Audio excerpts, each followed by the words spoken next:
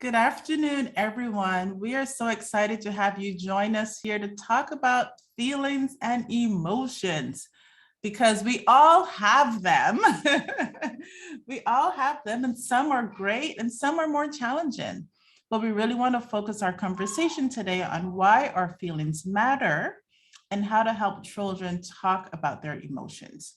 As we celebrate Black Children's Book Week, we will also be sharing a book. We'll have a read aloud at the end. So please stay tuned for that.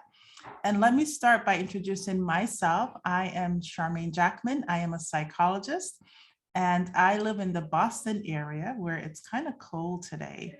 We had lots of snow on Friday, so we got to play outside and make snow angels, which was really, really cool for my kids. My kids are on vacation. And then it got colder. It always gets cold, I think, after a snow day. So as I mentioned, I'm a psychologist. I'm trained as a child psychologist. And so part of that has been helping families and their children learn how to express different emotions. But I will also talk a little bit about my history. I'm from the Caribbean, and I will talk about how that started for me. So we really want to invite some of those early messages that you had about your own feelings. I'm the founder of a company called InnoPsych Inc., where we make it easier and faster for people of color to find therapists of color. And so that is another mission of mine, is to promote positive messages about mental health and emotional well-being. I'm excited to have my co-host introduce herself. Go ahead, Chelsea. Hi, everyone. So we're really excited for you all to be here. My name is Chelsea Elliott. I'm a macro social worker. I have two little kids myself, 5 and 1, two little girls. And I'm all about emotions and emotional intelligence and making sure that kids have what they need in order to express themselves and to help adults create safe spaces for children to do that as well. So I created a Somocom lab to help promote that safe space for children.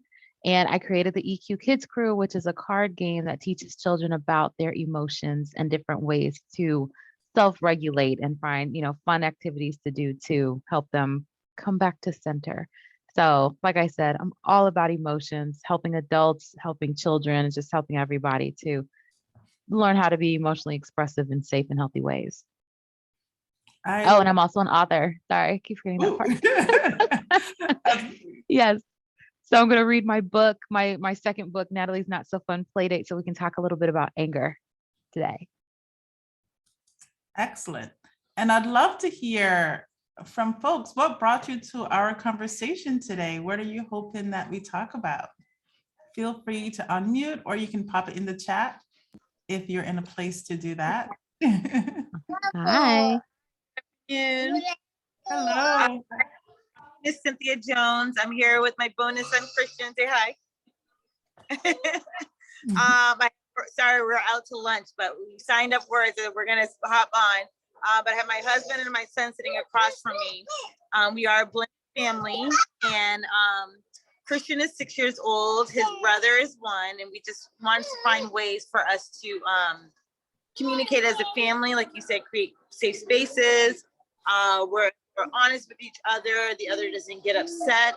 And, it's kind of identifying ways for this blended family to be able to communicate and, coexist with each other. And for my husband and I as parents to create that safe space for our kids. Absolutely. And thank you for your dedication to Zoom in during your lunch. We appreciate that. Christian, you better share with me, man. It looks good. I forgot to mention I'm a parent too. My most important role, I have an 11-year-old and a 9-year-old. So, hey, we see the rest of the family. Awesome. So great to meet you all. How about others? Anyone want to tell us a little bit about why you're here?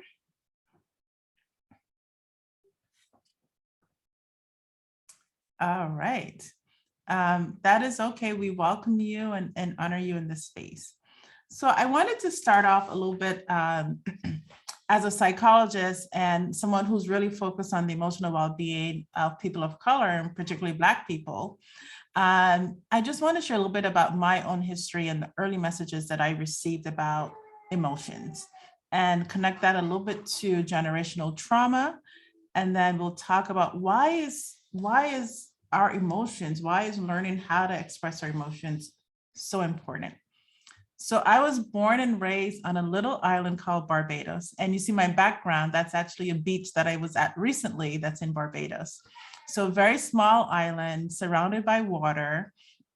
And we are a country that was colonized by Britain, England. So many of our ancestors or our population comes from the African diaspora. And many of us were enslaved, our ancestors were enslaved. And so one of the things that I have been learning as I continue to, and I should also say my husband is from Haiti, which is the first country that, the first Black republic. They fought with the French army and won after many attempts. And so they were the first Black nation in the West to be independent. So we have these very strong histories of countries that were colonized by European countries and where our people were enslaved. And so one of the things that I've been learning on this journey is that a lot of ways in which our parents and our ancestors express emotions or to their children and to their relatives was often based on an approach that came through slavery. And so, for example, I often talk about tough love. That's kind of how I was raised. And I saw that being practiced in many Black cultures, whether they're in the Caribbean or even here in the United States. And part of that I've come to learn is that it was actually a survival technique. And that because of the practice that happened, the inhumane practice of removing children and families and separating families, people learn that if I showed a connection, if I showed love and affection to my child or another relative, that person could be removed and I would be devastated. And so as a protective factor, people started to cut off their emotions as a way to deal with that reality that of people being separated. So the other thing that, in my country that was often practiced was corporal punishment or physical punishment. And that also came through the inhumane practices connected with enslavement of African and many other cultures. So those are some things that we've learned and we pass on through the generations about how we communicate, how we express emotions to each other, and what emotions are, I would say, allowed. So for example, when I was raised, it was very challenging to express disappointment or anger to parents, right? Those were not emotions that were really allowed. And some families might have used corporal punishment. I do have to say, was not spanked a lot as a kid, but that was a way, like if there was something disappointed, parents did not really tolerate that. So, and I grew up as an only child. I have a sister who's 15 years younger than me. And so I was very shy as a little kid. And so I also had a lot of trouble expressing my emotions, good or bad. And I kept a lot to myself.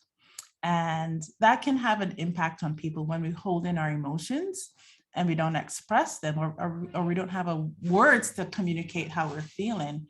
We can often become stuck in our emotions. So as a psychologist, it's really important for me to help people learn how to name and express their emotions and to communicate the ways that they're feeling. So I want to stop there and see if there are any questions. And Chelsea, if you have any reactions or thoughts you want to add. Yeah, let's see if anyone has any questions first. Okay, so I grew up similarly. I have a Nigerian parent and an African or American mother.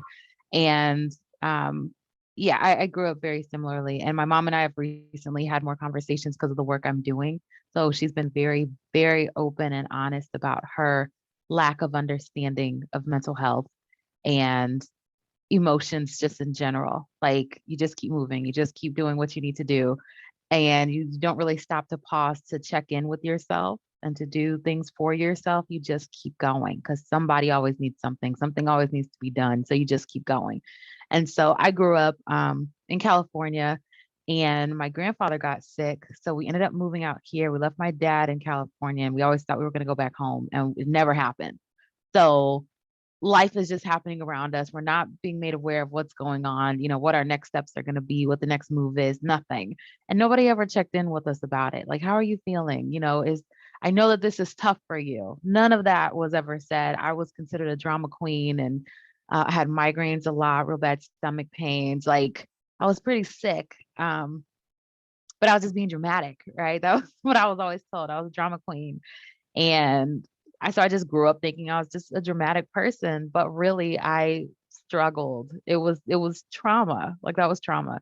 And I know a lot of us have been through things like that. It may not have been a big, massive life change, but a lot of us have been through traumatic situations that changed a lot in our brain, in our minds, and changed our outlook on life, our worldviews. And so then we pass those down to our children if we don't recognize them. So I've been doing a ton of work on myself internally in therapy every week and just, working that stuff out as I help support other families to do the same. So I know that spanking is a big, oh, if my child doesn't listen, if they're, being, oh gosh, what's the word that I don't like to use?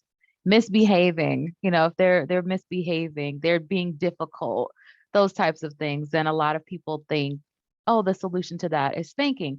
But often the punishments that we use with our kids don't match, they don't match the infraction or whatever you want to call it. Like they don't match what they did.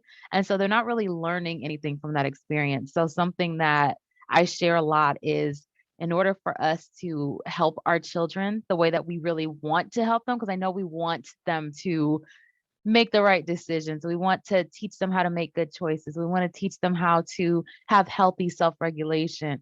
But in order for us to do that, we have to show them those things. We have to model that ourselves, and we have to show them how to do that. So if your child spills a glass of water on the table, some people's first reaction is to hit them, or to yell, or, oh my gosh, I can't believe you would do that.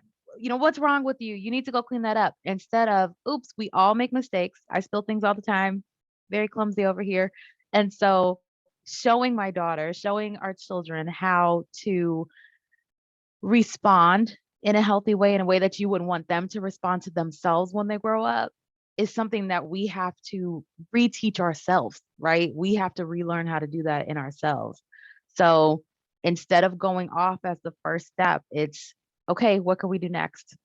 Oh, that happened. What can we do to fix that? Letting them come up with rules with you so that they are a part of the process, so that they feel like they're involved in what's going on in the household. That kind of stuff helps to empower them to, feel like they're a part of the family and like they're not just a little child, because we're not really raising kids, we are raising people. So we want them to be able to grow up to do all these things. So if we, oh, and Quinn, sorry, you wrote something in the chat here. Grew up in a space of strong women, yes, afraid to express any form of vulnerability, constantly walking on eggshells. Grateful Chelsea's were, oh, thank you. Oh my gosh, you're so sweet. Thank you, Quinn.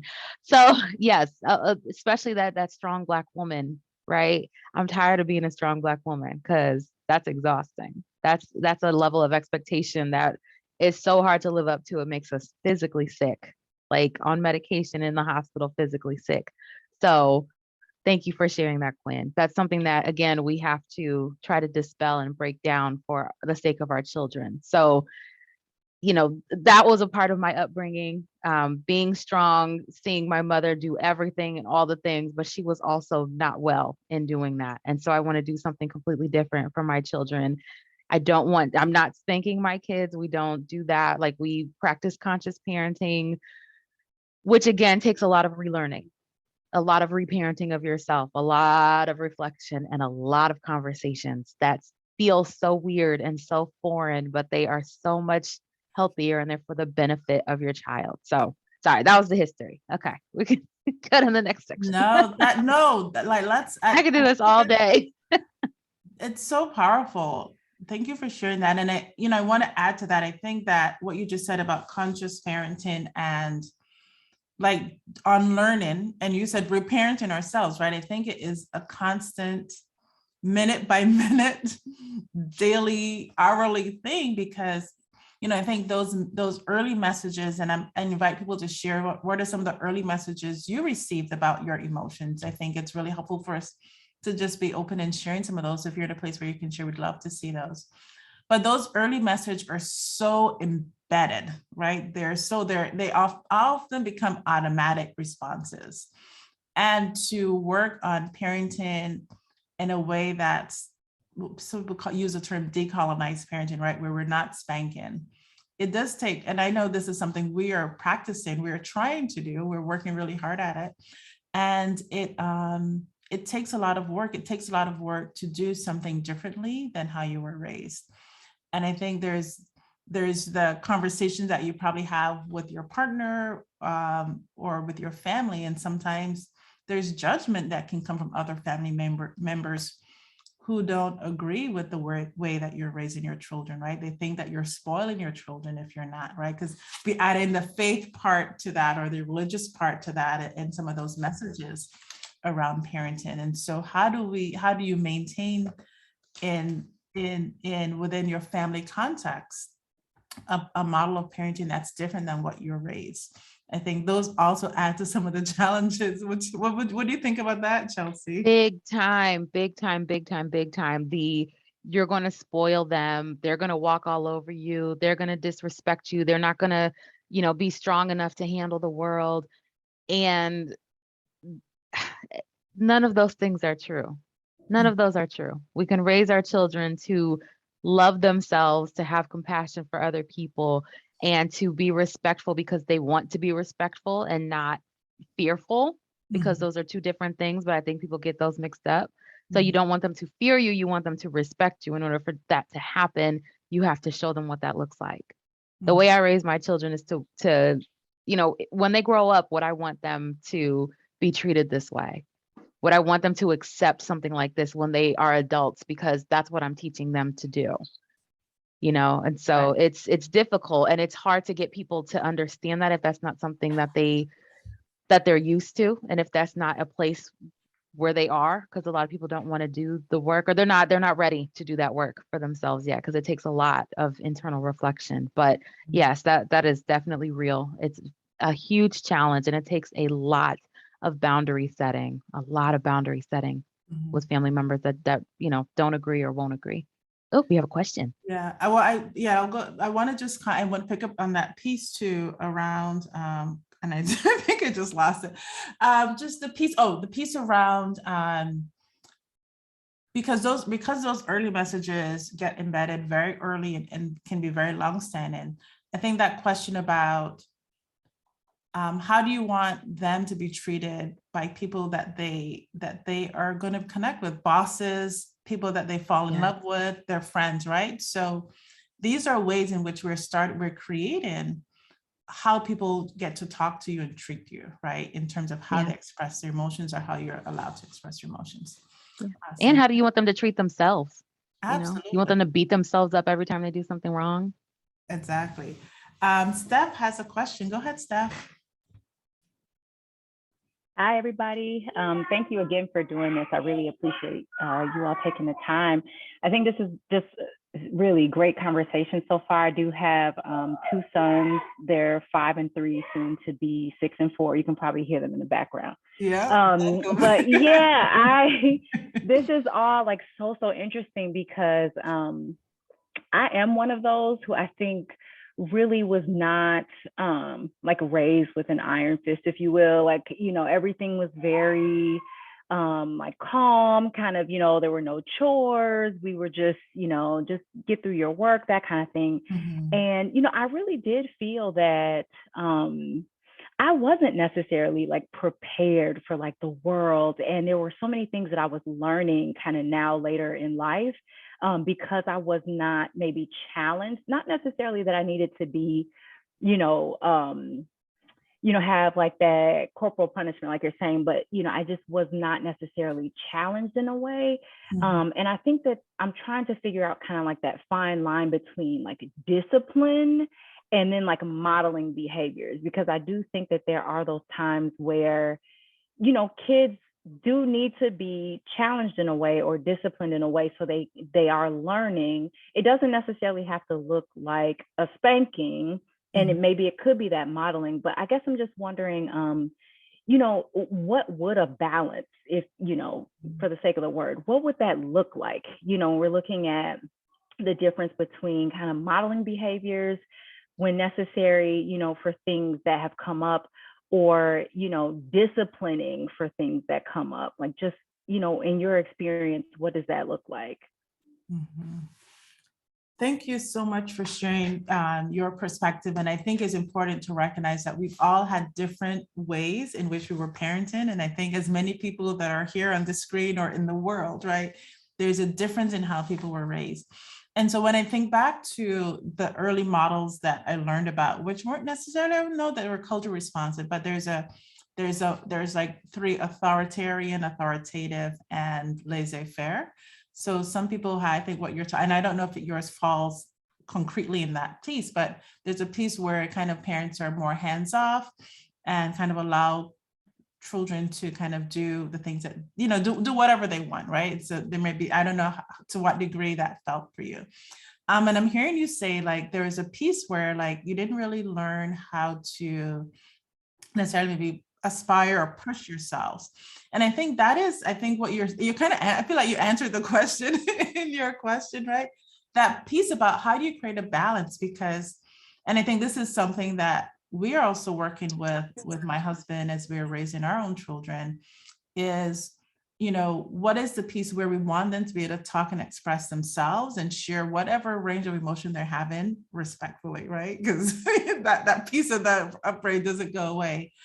But how do we push them? How do we make sure that they're challenging themselves? How are we building resilience, right? And I think there's a part around that, what you're talking about, kind of pushing or having expectations. I think that's absolutely appropriate, right? Because it kind of helps, when there's no barriers, sometimes people lose control. They don't really know how to navigate those situations. So I think having a structure is really important, and it helps. Kids need a structure to operate in, but it's not so tight where I know someone else mentioned that they were really taught to kind of keep their emotions in check and very controlled, right? So there is a balance. And I think as you're raising children, I don't think there's a perfect, like, I can't tell you this is the formula, right? So it may take some trial and error as you go through that process. What worked, what didn't work? How did the kids respond? How did I feel, right? And being able to readjust those as you move through that. I hope that helps, Steph. And Chelsea, I'm sure you have some other stuff to add too. I have so many things. Like for me, it depends on the situation, but as far as emotions and feelings go, really helping them understand what they're feeling so that they don't have those emotional outbursts that turn into so many other things. If they get upset and then you get upset at them for being upset, then they get more upset and then you're more upset, and it just keeps going and going and going, and it like never ends, right? So helping them put names to everything that's going on. One thing that I'm hoping we can talk about today, but we might not be able to, because like I said, I could talk about this all day, is how emotions physically feel in their body. So you can really tell what you're experiencing before it even happens. I have anxiety, and I know that I am in an anxious state in my body before I actually remember what I'm anxious about, which is really weird. But my stomach starts to hurt really bad. My hands might sweat. I might like be craving certain foods. Like I can tell when I'm about to be anxious. When you get upset or when your child's upset, they might start kicking and screaming. They're going to feel sweaty. Their heart rate is going to feel, really fast, and chest might be a little tight. So just helping them put names to these things, and then you can talk them through it. Oh, you look like you're really upset. Instead of yelling back at them because they're yelling, it sounds like you're really upset about what just happened. Can we talk about it? And letting them have that space to get it out. Being present with them. You don't have to give them a solution. You don't have to, You don't have to end it for them. Just give them that space. That's really what they need, is to have that space. So, it's not our job to keep them, and I try to say this as many times as I can, we are not supposed to keep them in a perpetual state of happiness. That is not our job as a parent. Our job is to help them navigate what comes at them. They are going to feel things. They are going to be upset with you. They are like, that is just to be expected as a human being.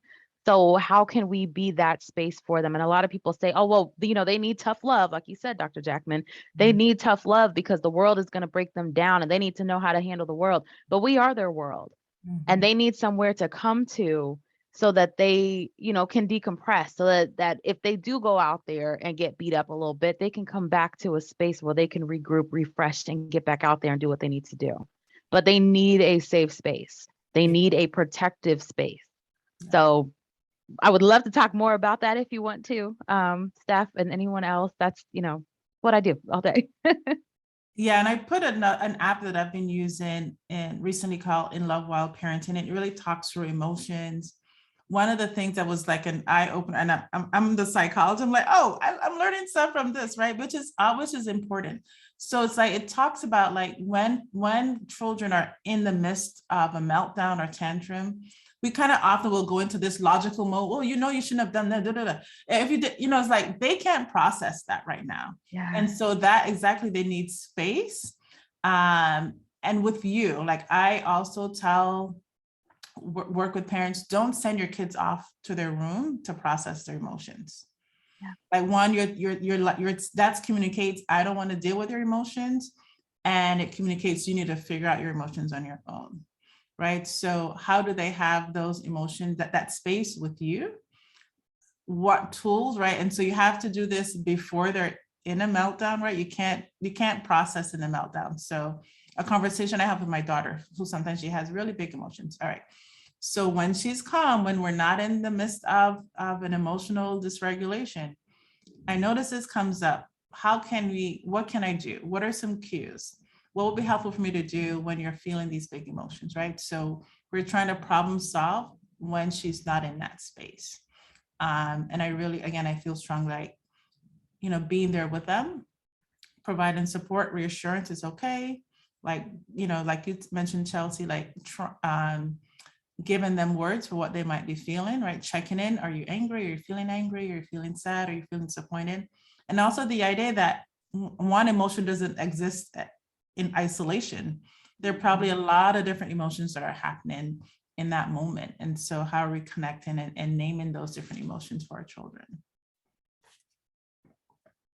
Thank you all so much. This was really great. And I did ask at the beginning if the recording would be shared, because I would love to go back and, just kind of go over a lot of the things that you're saying, hopefully prior to breakdowns. But yeah, of course, yes. Helpful. If you signed up, we'll send it out to you.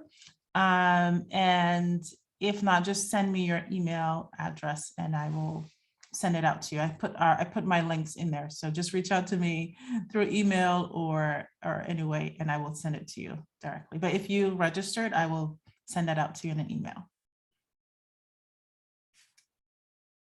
All right. So should we talk a little bit about any other questions? This has been such a good conversation. This is wonderful. And Quinn, thank you for sharing a little bit about kind of your own experience as well. I think that was really helpful to hear. So maybe we can go into talking about some strategies, or there's anything else, Chelsea, you think we should touch on before we move on to the next piece?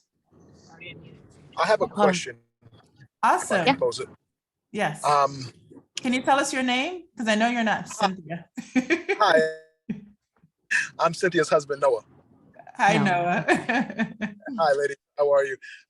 My question is, I feel sometimes that I may bring down some of my concerns as a Black man, some of my concerns and some of my experiences. I try to, I guess, incubate my two sons from these things, but it's very difficult knowing what the reality is for us as Black men in this country. So, even, some of the more current events, with the George Floyd situations. And, he's learning, very intently about Black history in school. And what's a healthy way I can prep him for the realities of life as a young Black boy and eventually a Black man, without necessarily kind of perpetuating my own traumas and my own experiences in life, without him having to absorb those. Mm-hmm. Your question alone is telling us that there's an awareness, right? So you're going to be intentional about what you're doing. So even having that question is like awesome first step. I have another talk coming up at 5 where we talk about beyond representation, but I'll give you a little sneak peek now. So there's a way that we talk. There's this woman called Diane Hughes, this theory of racial socialization. And so the way that we kind of transmit and raise our children in this racial world. So some of the concepts are through like cultural socialization, where we talk about, the benefits and the positive aspects of our culture and kind of that cultural pride, which you said is kind of the healthiest. One that she says is not helpful at all is when we kind of communicate paranoia or fear about our context and our environment. So that's a piece that she says does not really help prepare kids. And then there's the other piece where we're actually preparing and giving strategies of how to navigate things that might come up, right? So I think there's a combination that many people from the African diaspora, there's a part of cultural pride. And I know I lean on that heavily with my children, like making sure that their books, their media, that they're exposed to, that they see themselves in positive images in day-to-day life, not just, this coming through struggle, but also how am I helping them to prepare for situations, right? And it may be like when they're younger, unfairness, right? How do people treat you? How do you talk back to someone who may not be treating you kindly? And then those messages, as they get older, you may add different layers around that. But I would say the fact that you're conscious about that, I think, puts you at a head start. And I would just be aware of how that is. I think my son is 11 now, and I hadn't really had direct messages for him about like police brutality until George Floyd. But also be aware that they're picking up on things from media and from other families. So it's so important for us to be able to guide those conversations. And because we're not having them with kids doesn't mean they're not being exposed to it. So how are we making the time for those conversations at their age appropriate level? And I often use books to help me with that. Like I love books because that's a great way to talk about things and to give strategies. So that's what I would share. Chelsea, what else would you add? No, I agree with that. And there, yeah, I see the word boundaries, and it makes me think of a lot of things. Again, not putting your fears on them, but still preparing them for certain things so you can, teach things out the day, and it doesn't have to be in an isolated, like, okay, we're going to take 30 minutes to learn about this. Like it can just be in conversation, because they are learning about stuff. They are hearing things. They are seeing things that you might not know about. And so they're forming their own opinions about them. And that's a good thing, but you want to know what that is. It can be a great thing. You want to know what that is. You want to help guide them. You want to remind them of their Black boy joy, because that is so important for them to keep and to hold on to for as long as they possibly can. I don't have sons. God knew, because Lord, my anxiety is already bad. But that Black boy joy, whenever I see it, oh, it is the world. It is the world. And as long as we continue having these conversations, parents keep asking these questions and keep wanting to do this work, we can change what the future is going to look like for them. It will be so much more accepting for them because so many more people are seeing it. You know what I mean? So we keep doing it and we keep teaching other people about it, it's going to keep changing. So let them have their innocence for as long as they can, because they are children. We want to raise them to be smart and intelligent and making responsible decisions, but we want to let them be children for as long as they are children. So just some things that I can think of right now. And yes, Quinn, books. Quinn is the queen of books. She has a little boy. Absolutely amazing little kid. She is the queen of books. There are millions of books out there on so many different topics that can help you have these conversations shows that you can watch with them to have these conversations. So Mhm. just keep doing what you're doing. And I Okay, would, great. oh, go ahead. Good. I didn't see, I saw Quinn's comment. Quinn, if you could, I don't know if you can include that in the email that we'll be getting of this recording. If we can include some of those titles, we're big readers over here. So that would be super helpful. Okay, and I think, I don't know if you're signed up for other events, but I know there are lots of authors who are out there. The other thing I was going to add is, like, we're human, we're not perfect, right? So we make mistakes in this parenting journey all the time. And I think what's different Hear that, Champ? about our generation compared to my parents' generation, where like my parents never admitted mistakes, right? They never admitted mistakes, right? They never admitted like any things that they would have done differently.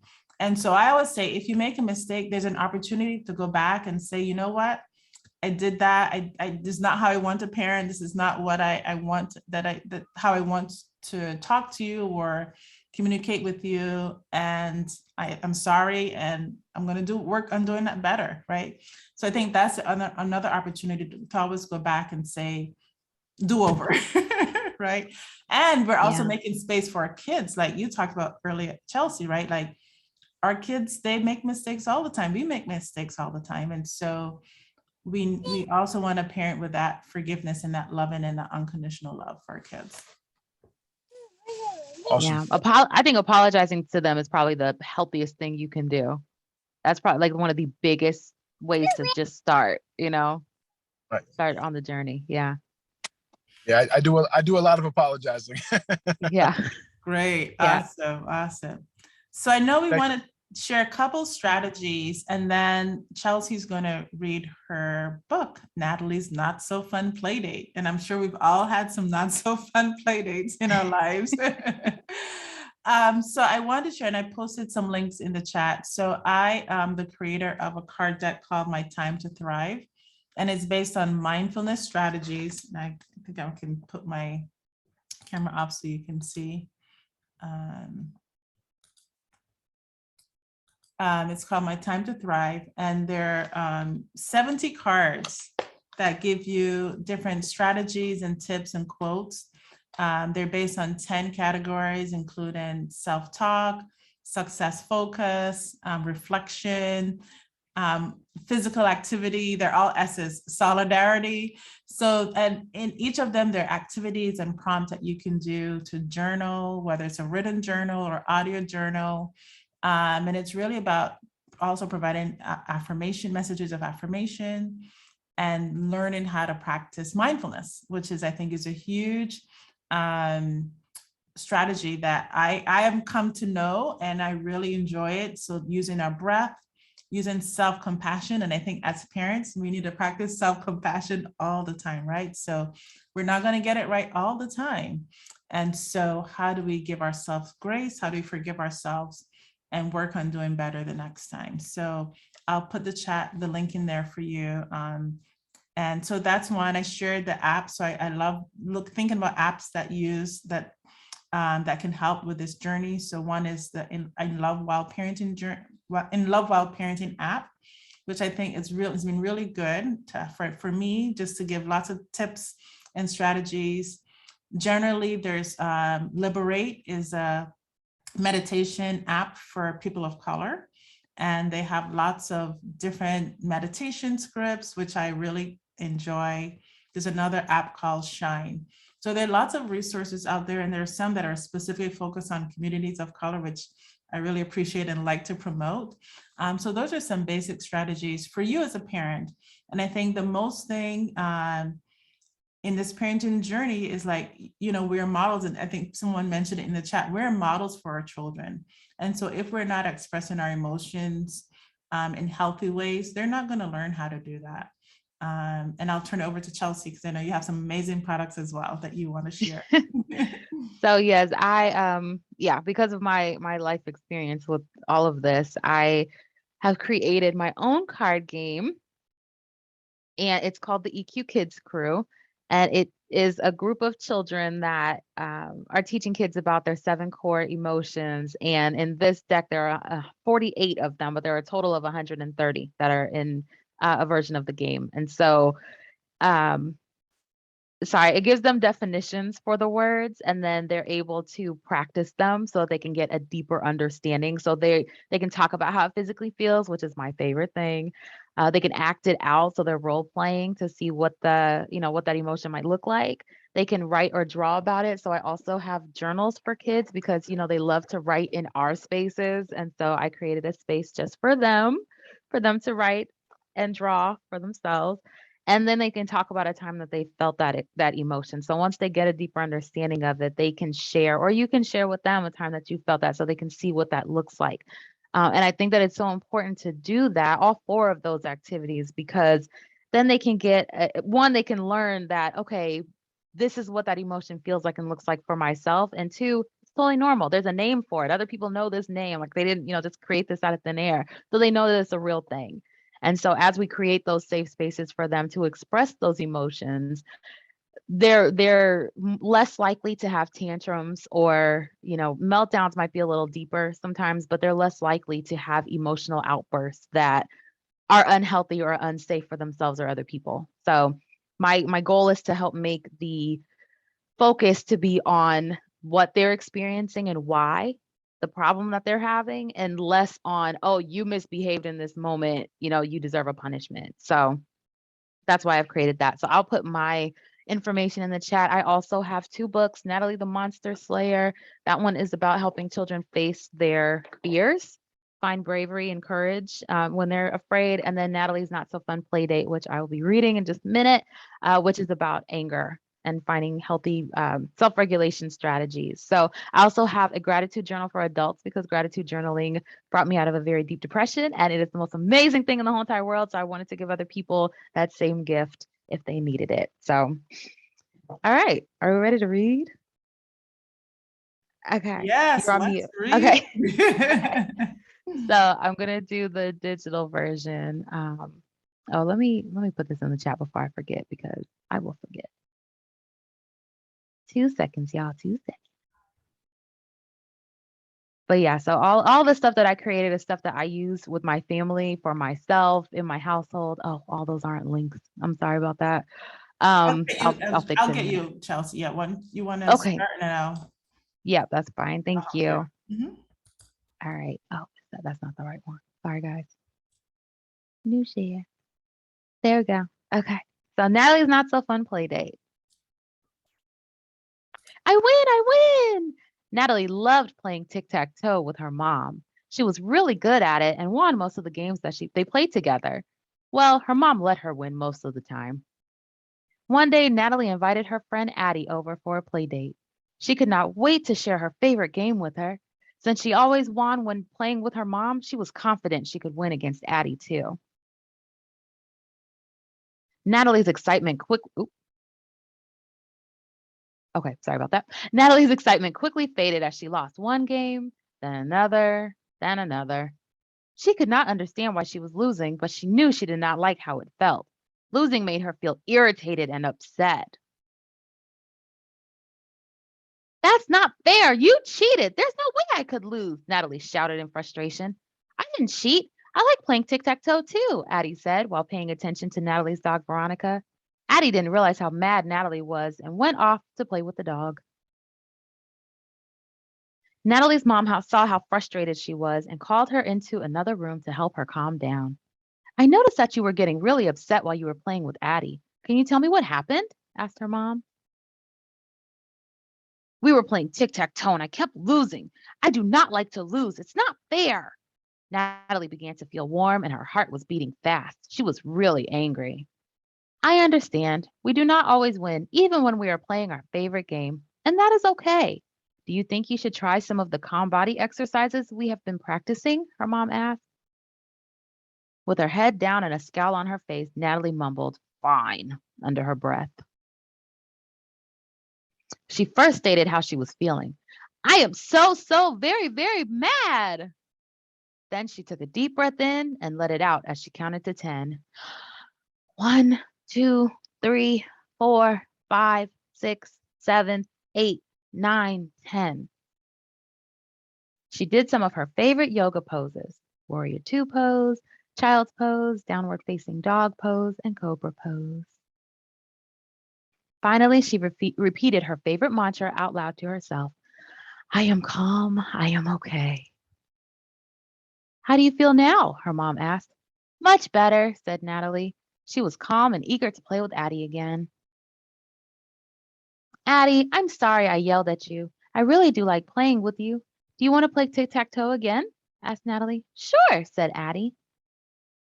As they played together again, they celebrated each other's wins. Good job winning, Addie. Woohoo, you won, Natalie. And when Natalie lost, she continued practicing her calm body exercises anytime she felt herself getting upset. They had a great time playing together for the rest of the day. I am calm, I am okay. The end.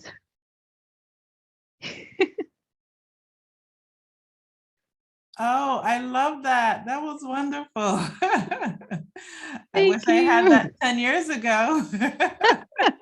So I want to tell you, Addie is Natalie's best friend. The little baby is her little sister, Olivia. The dog is our dog, Veronica. And that was a real situation.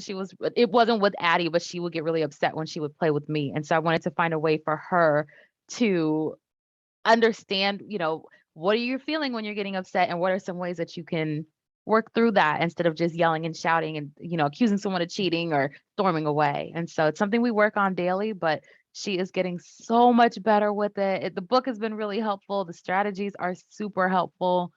So yeah, I hope you all like it. And yes, there are 13 emotion words throughout the book. I have them bolded so you can see them.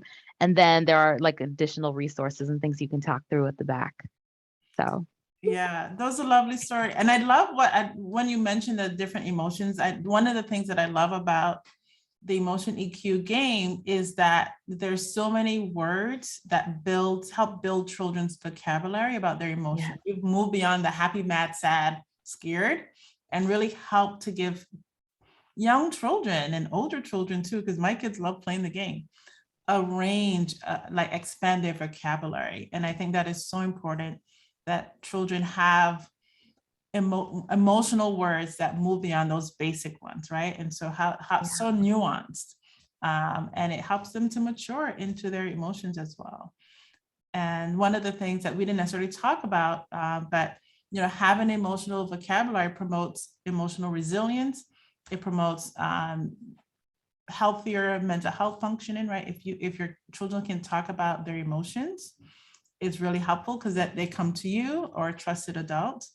One of the things that we're seeing in the data is that Black children ages 5 to 12, they're increasing suicide rates, and their suicide rates is actually twice that of white children. And so again, we have to recognize that children do have emotions, and giving them tools and strategies to navigate all the things that they're feeling and to validate all their feelings, whether we agree with them or not, is so important. Yes, that validating piece is huge. With every game that I saw, I give away a validation card because I want parents to know how to do that. Because it can bring up a lot of emotions, especially if they're learning a new word and they're like, oh, I remember feeling, frustrated or feeling disappointed when you did this or when you did that. And, some parents' first response is, well, I didn't mean to do that. And just getting really defensive.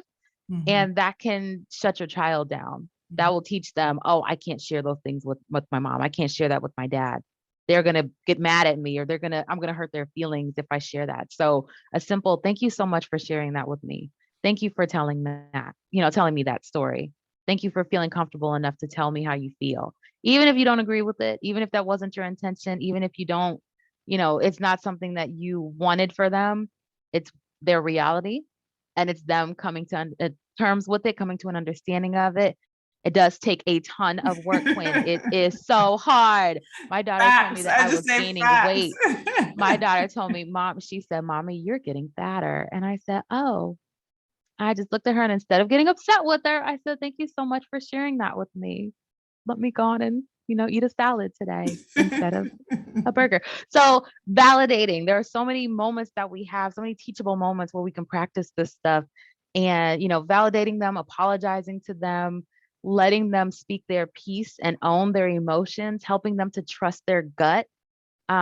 It's also important. And you can find all of my resources, everything I have, I put it on my website just so it's all in one place. So it's on my website. There's like a bookstore on there. I have all my books in that bookstore, but they're on Amazon. But yeah, it's so important for them to know that they have safe places to go. And that safe place, if it's not the parent or a trusted adult in a school, it can usually be somebody that that's not safe. It can usually be somebody that's not safe. So you definitely want to create that safe environment for your kids. Yeah. Wow, so many great takeaways. And again, that book is so important because I think kids of any age, right, dealing with losing, right, it's so hard. And so what great strategies you included: yoga, right, body-based strategies. You talked about breathing, and you had an Mantras. affirmation, right? Yeah, you had affirmations, right? So really 3 different things that she could do. And sometimes we need all of them. Sometimes you only need one. We always talk about having different tools in our toolbox. And I think that your book really exemplified having different tools, right? Because sometimes the one thing doesn't work. You may need to tap into something else. Yeah. Excellent. Anything that you all here with us want to share, things that you've seen work with your children or in your family? Because I think the beauty of this is like we learn from each other, and the more that we practice sharing our resources and what has worked helps us to build our community of knowledge as well. So if there's tools that you've used that you like, please share those with us. And then we've shared our links, and we really thank you for coming and joining us in this conversation today. Any resources or tips that you want to share with us? Anything you learned that you want to keep, that you're going to take from today's conversation?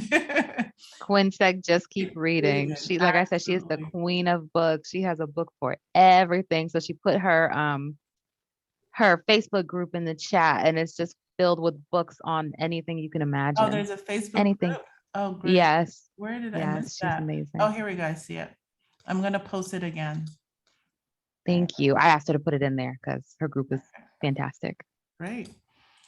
All right. So thank you all for coming, and we will send the recording out and put some of the resources out as well. And we just thank you. Dr. Jackman, this is Noah again. I have one last question. If you guys could share these resources. Cynthia and I are interested in allowing our 6-year-old Christian. We're interested in maybe getting him a therapist. He is kind of navigating what our blended family looks like, and dealing with, his time with his mom, and then coming back and having, a different structure here. We're interested in maybe getting him a therapist, and it's very difficult to find, therapists for ourselves, let alone children. Do you guys have any recommendations as to those kinds of professionals? So my company, I think I probably forgot to mention this. I have a therapist of color directory. So I'll pop that in the chat again. I have a friend who also started a directory called Therapy for Black Kids. So that's another resource I would invite you to check out. Where are you located? What state? We're in Massachusetts as well. Oh, great. So, and would you want in person or virtual? It'd be nice to have both options. We're kind of dying for some normalcy in order to kind of get back around folks, but we are still being respectful to the virus. People are still losing their lives, so we try to be respectful to that as well. So if both options were available, I think that would be great. Ideally, we'd like to kind of get him there in person, but in the event that we couldn't, it'd be nice for him to kind of jump on his iPad and close his door and, have a session with someone he can, someone who's kind of bipartisan, where he can really just open up to. I think we do a pretty good job creating the space for him, but at the end of the day, we're still his parents. You know what I mean? There's things that he's just not going to share, or he may not be comfortable sharing the way that he wants to. So we really want to give him that opportunity and that outlet where he can have that person where he can, establish some rapport and really be able to kind of get some things off of his little chest that are important to him. Absolutely. Yes. So I put the InnoPsych directory link there, and I put the Therapy for Black Kids. So definitely one of those 2 resources. And always feel free to email if you need support.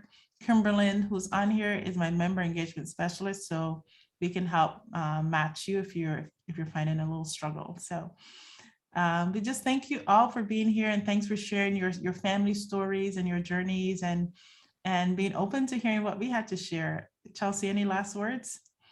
I just want to thank Cynthia and Noah for sharing their family with us. And I grew up with a step parent, and that was just the most toxic environment ever. So I love to hear that you all are doing the work and you really care. We're all good now, but goodness, it was a struggle. It was hard. It was very, very hard. So I just love to hear that they, care so much about how their kids are feeling in their new family dynamic. But thank you all so much for joining. Thank you for speaking to us in the chat and asking questions, sharing your heart, sharing your life. And, I hope that you take something from this that you can even just think about in the moment. If you don't make any changes right away, just having it in the back of your head, something that oh, maybe I can implement this next time I have that situation. Right. So thank you all so Right. much for being here.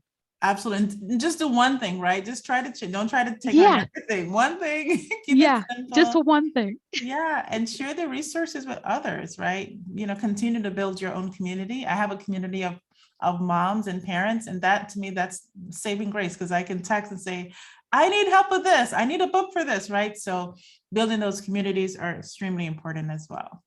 So thank you all for being here. I really enjoyed this conversation. I did too.